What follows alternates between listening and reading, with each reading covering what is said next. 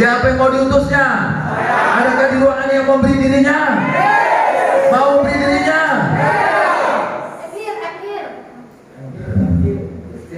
Yang mau beri dirinya, mari bangkit berdiri. Jangan dipaksa.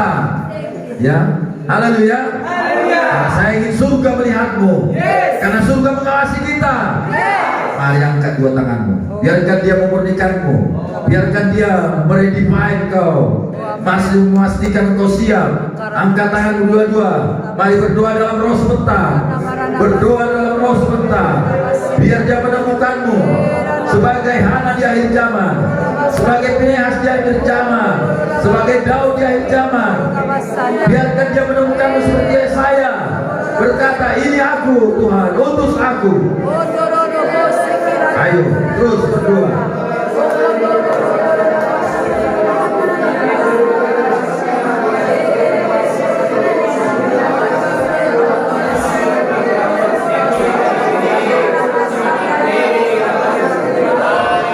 Kalau gitu pasar roh bisa kau nanti.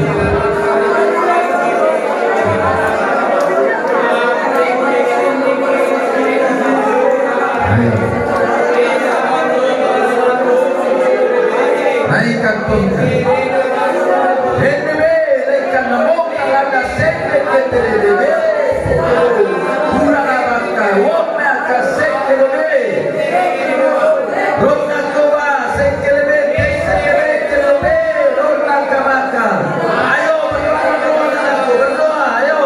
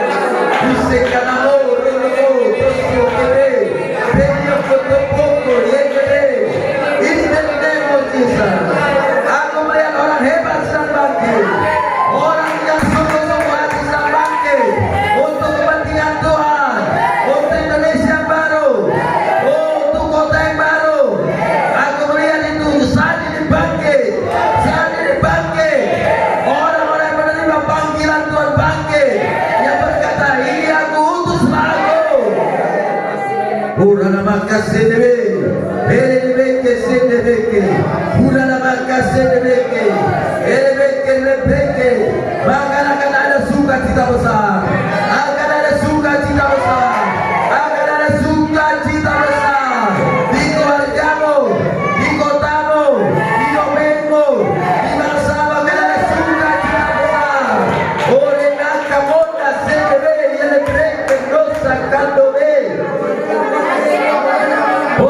maka sedemeke. Urana maka. Ini umatmu Tuhan. Ini gerejamu. Menyambut panggilanmu. Agar kemuliaanmu. Oh, turun di atas bumi ini. Sampai seluruh bumi. Seluruh bumi. Penuh kemuliaanmu. Bangkitlah anak-anak muda. Bangkitlah orang-orang dewasa. Bangkitlah keluarga-keluarga. Bangkitlah orang-orang tua. Untuk Tuhan. Untuk kepentingan Tuhan. Sebab Tuhan yang besar menantimu. Tuhan yang besar menantimu. Yesus berfirman, aku mengutus kamu kepada tuayan. Oh, kau akan menuai yang tidak kau usahakan. Sebab Yesus sudah menyelesaikannya. Nama kalimu, oh ramaka sendiri, bukan nama bukan beke sendiri kelebe.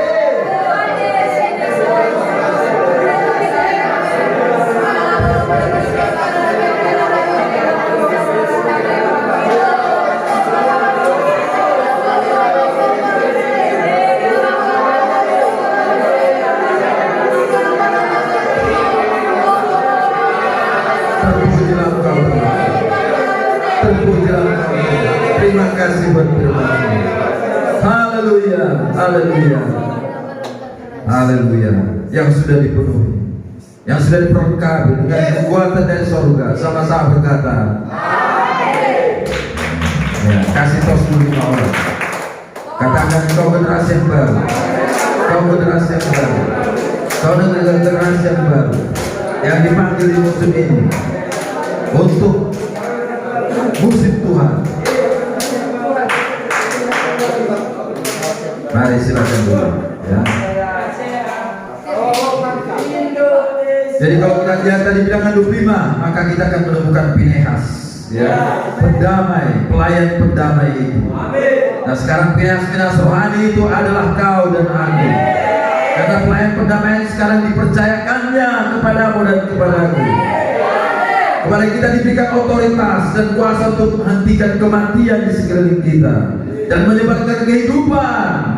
Dengan apa kita melakukannya? Ya, mari kita lihat 2 Korintus 5 ayat 18. Nah, kalau Pinehas yang adalah sabda Tuhan, dia memakai tombak dan kita memakai apa? Mari kita lihat 2 Korintus 5 ayat 18. Kita lah para pelayan pendamai itu sekarang. Dapat 2 Korintus 5 ayat 18. Dan semuanya ini dari Allah yang adalah dengan perantaraan Kristus telah mendamaikan kita dengan dirinya dan yang telah mempercayakan pelayanan perdamaian itu kepada kami, kepada kita semua yang doakan. Amin. Haleluya.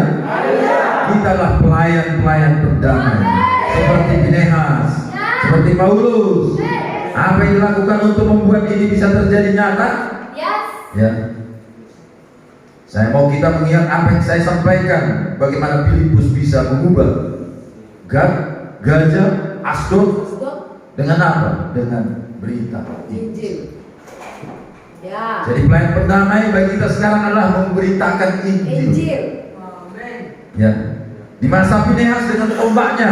Ya, karena memang musim itu adalah kekudusan Tuhan. Ya. Harusnya. Sekarang Injil. Tapi di masa kita sekarang adalah Injil. Amin. Kita ke kisah 8:40. Karena kita melihat itu saudara dari firman Tuhan yang saya sampaikan kemarin. Kisah 8 ayat 40. Tetapi ternyata Filipus ada di Asdod. Ia berjalan melalui daerah itu dan memberitakan Injil di semua kota sampai ia tiba di Kaisarea. Jadi setelah Gaza dan dari Gad, ya, Gad tempat kuliah, Gaza tempat Simpson jatuh, Asdod tempat tabu Tuhan dirampas, itu penyebab jalan-jalan sunyi. Tetapi Filipus salah satu diaken itu melewati kota-kota itu. Dengan apa senjatanya? Injil. Dan dia mengubah kota-kota sunyi itu. Amin. Dengan Injil menjadi tidak lagi sunyi. Seperti Samaria, sukacita yang besar. Ya, setelah dia berjumpa dengan Mesias itu. Amin. Ya. Karena situ disebut di setiap kota-kota yang dilewatinya dia memberitakan Injil. Di Samaria, Filipus beritakan Injil di Samaria. Maka sukacita besar terjadi di kota itu. Mujizat banyak terjadi. Amin. Ya. Ini yang paling penting. Sebab Injil adalah kekuatan Allah. Supaya kita paham kekuatan Allah yang mentransformasi adalah Injil. Amin. Mentransformasi keluarga, mentransformasi kota, mentransformasi bangsa. Jadi yang bisa mengubah Indonesia menjadi Indonesia baru hanya Injil. Karena Injil adalah kekuatan Allah. Itu sebabnya mari kita ganti pesan-pesan kita. Tidak lagi kita bicara diri kita, kesuksesan kita, kehebatan kita. No, bicaralah Sang Mesias itu. Amin. Bicara Sang Mesias itu. Dan Injil adalah kekuatan Allah. Mari kita baca ayatnya. Roma 1 ayat 16.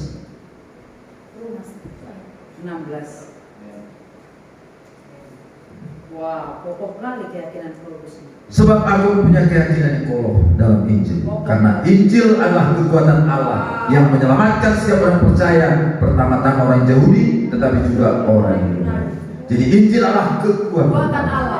Injil adalah tentang anaknya. Amin. Mari kita ke Roma 1 ayat 1. Apa Injil itu? Inilah dia. Dari Paulus, hamba Kristus Yesus yang dipanggil menjadi rasul, dikuduskan untuk memberitakan Injil. Injil itu telah dijanjikannya sebelumnya dengan perantaraan nabi-nabinya dalam kitab-kitab suci tentang anaknya. Ya, inilah. Jadi Injil itu tentang anaknya, yaitu Yesus. Inilah. Wow. Saya cerita kemarin bahwa menjadi manusia itulah penghinaan. Iya. Ini kebodohan. Haleluya. Ini kebodohan bagi orang yang mau binasa. Allah menjadi manusia. Allah menjadi manusia itu penghinaan. Tapi karena kasih.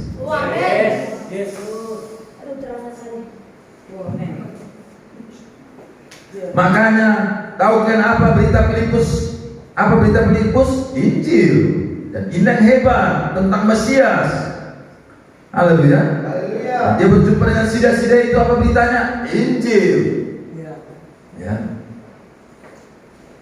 Kisah 8 ayat 4. Mereka yang tersebar itu menjelajah seluruh negeri itu sambil Kisah 8 ayat 4. Mereka yang tersebar itu menjelajah seluruh negeri itu sambil memberitakan Injil. Termasuk Filipus. Amin. Banyak yang tersebar itu. Berapa 5.000 orang di Yerusalem? Berapa ribu orang? 5.000. Dan ini terserak semuanya. Wow, tersebar semuanya. Termasuk Filipus. Ya, dan Filipus ayat 5. Dan Filipus pergi suatu kota di Samaria dan memberitakan Mesias. Amin. Memberitakan apa? Memberitakan apa? Memberitakan apa? Karena Injil adalah Mesias kepada orang-orang itu. Injil tentang Yesus, dan Yesus tidak bisa digantikan oleh apapun. Kalau kita mau melihat kuasa Allah, kita mau melihat kekuatan Allah, kita harus memberitakan Mesias 100%. Jangan takut memberitakan Mesias, beritakan Injil. Ya. Maka kau akan melihat satu kota dipenuhi dengan sukacita yang besar. Amin. Yesus yang mati, Yesus yang dibangkitkan, sekarang duduk di tahta, memerintah sebagai Raja selama-lamanya. Amin. Oleh karena itu, katakan dosamu diampuni, penyakitmu disembuhkan kepada yang kau injili nanti. Mari datang di dirimu. Begitulah khotbahmu. Dimanapun domain, apapun pekerjaanmu. Amin. Itulah khotbahmu. Roh akan menuntunmu, akan memegang tanganmu, berdoa menyampaikan Mesias itu kepada mereka. Begitulah mengubah domain, mengubah keluarga, mengubah kota, mengubah Indonesia. Bukankah ayah bunda ini yang menginjili domain, memberitakan Yesus domain?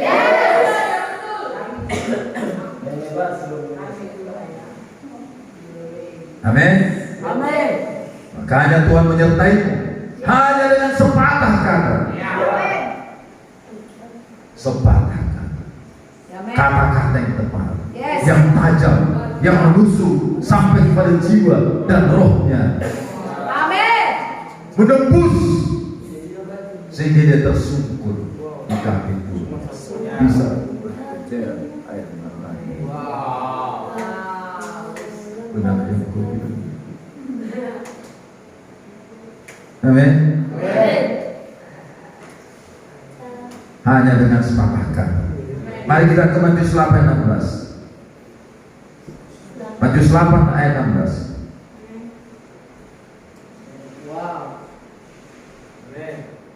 Menjelang malam dibawalah kepada Yesus banyak orang yang kerasukan setan. Sama-sama.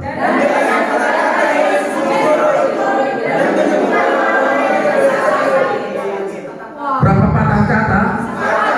Berapa patah kata? Amin. Jadi kita semua yang di ruangan ini yang membawa nama Yesus, Cukup satu. roh akan menuntutmu. Amin. Sepatah kata ini. Yes. Hanya dengan sepatah kata. Yes. Kata-kata itu bisa menusuk dalam. Patah-patah. Belum kan cek. Kamu datang ya. Gak usah bingung, amin. Amin. Kau tidak perlu berkata-kata yang panjang. Iya. Asal kasihmu besar. Amin. Asal kasihmu besar. Kau Kasih yang paling penting. Yes. Amin. Amin. Kau bisa berempati kepada orang itu. Kau Wow. bisa bayangkan Kau dirimu di ngasih orang posisi itu, itu. ya. Kau mengasihi Wow. aku dulu kayak gitu. Gak ada kepentingan. Iya. Maka dengan sepatah kata, Yes. ya. Amin. Amin. Jadi hanya sepatah kata setan mengerti. Hanya sepatah kata penyakit pun mengerti. Hanya sepatah kata badai teduh.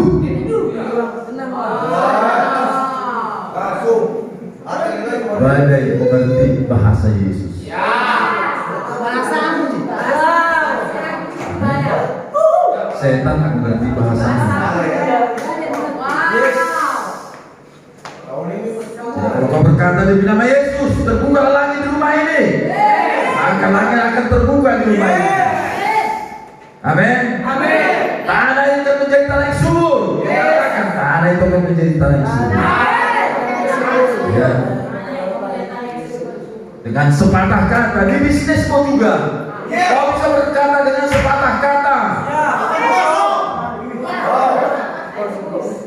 Tidak perlu bertele-tele. Amin. Amin. Makanya kata panggil semuanya. Panggil keluargamu. Panggil kota-kota. Hanya dengan sepatah kata. Nyaringkan suaramu dengan kuat. Menghadapi peperangan. Ambil warisanmu. Ambil kotamu. Ambil keluargamu. Jangan biarkan setan di sana bercokol. Singkirkan dia. Patahkan pekerjaannya. Biarkan Tuhan yang ada di sana. Hanya dengan sepatah kata. Sepatah kata. Buatkan terus. Katakan kiri kanan, ini tidak perlu pengetahuan lagi. Tiap hari kau berdoa untuk keluarga, untuk bisnismu, untuk pekerjaanmu, untuk pelayananmu, dengan otoritas dari Allah. Mereka akan taat pada firman, dan mereka akan datang pada firman. Amin, amin. Mari bangkit berdiri, berdoa dalam roh.